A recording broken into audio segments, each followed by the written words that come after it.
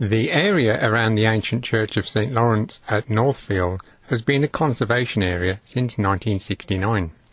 Consequently, there are a cluster of buildings worthy of the visitor's investigation. Sadly, at peak traffic periods, it can be a nightmare around what should be a haven within the urban conurbation. The church is well documented online, so I won't waffle on too much about the building that features some surviving Norman features. St. Laurence is one of only 4 medieval churches in Birmingham. It was rebuilt in the 13th century and has been enlarged and altered over the centuries. Not all bad either. In the early 20th century, 2 stained glass windows were installed from the studios of Charles Kemp. This photograph of the porch was taken in 1908, the date revealed on posters pinned to the notice board. This poster announced the annual training camp of the 5th Battalion of the Royal Warwickshire Regiment under the command of Lieutenant Colonel Blake. The camp was to be held at Wedgenock Park at Warwick. Another poster was pinned up for a camp of a battalion of the Worcestershire Regiment.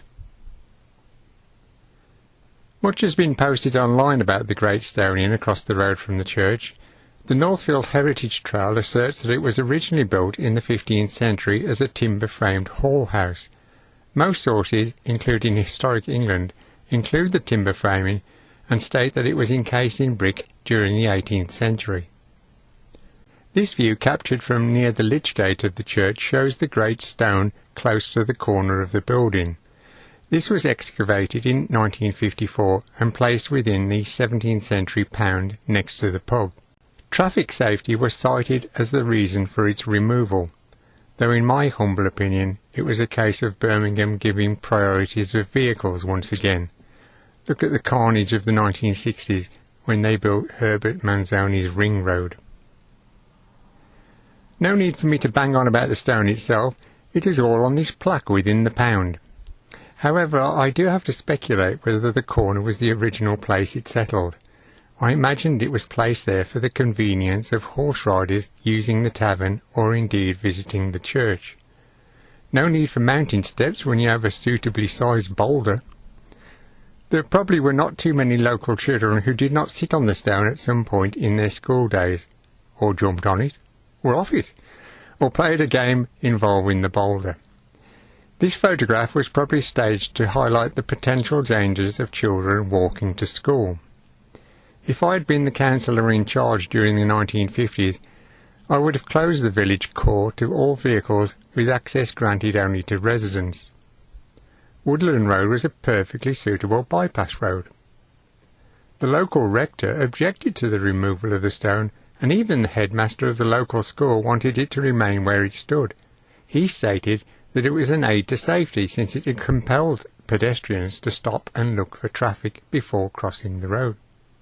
This 1953 photograph from the magnificent Phyllis Nicklin archive was possibly the last photograph taken before the stone's removal during the following year. The pub looks very tidy in this image. The livery of Mitchells and Butlers can be seen on the frontage. All school brummies will think of this as an M&B house. The Cape Hill-based brewery first acquired a lease on the building in August 1901. The freehold was held by Elizabeth Webb, who together with her husband Adam had run the tavern for some years. Indeed, her family had run the pub for many years previously. She was the daughter of William and Julia Chance, who had earlier kept the Nelson Tavern on Loveday Street. The couple's headstone can be found in the churchyard across the road.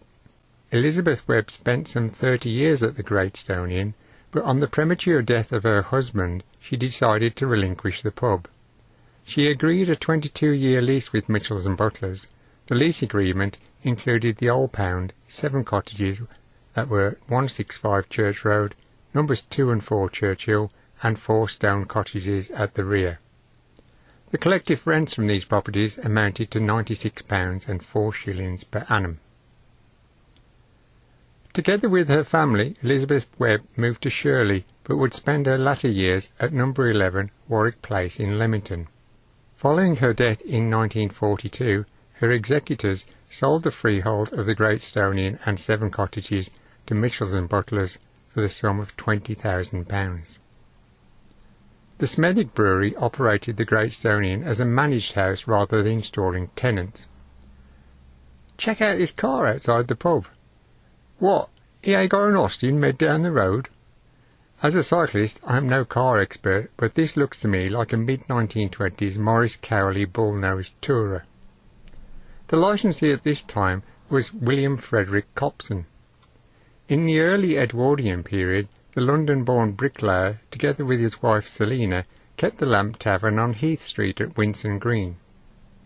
He was another publican to die relatively young in January 1929. Selina, as widow, bucked the trend of being ejected by the brewery and remained as landlady for over 6 years. She was succeeded as licensee by Charles Thomas Morrell on November the 18th, 1935.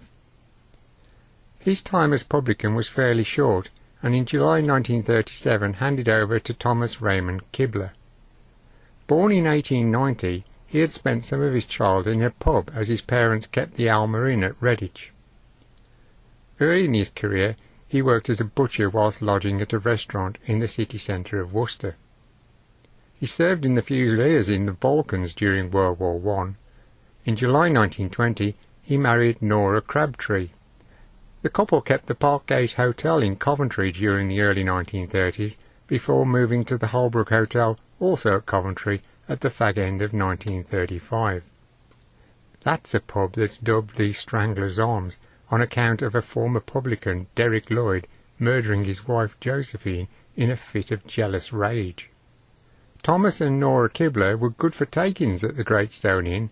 When they took over in July 1937, the pub was selling around 1,200 barrels of beer per annum. Within a year, they'd increased beer sales by 50%. During the Second World War, they moved to another M&B house, the Bull's Head Hotel on Smallbrook Street. The publican died there just after the war in Europe. Nora Kibler remarried to Henry Keyes and managed the M&B-owned Old Royal Hotel on Temple Row. On July the 20th, 1944, the licence of the Great Stonian was transferred to Ernest Plume. Before World War II, he and his wife Leah were running the Sampson Inn on Worcester Street in Bromsgrove, another pub not too far from some glacial boulders.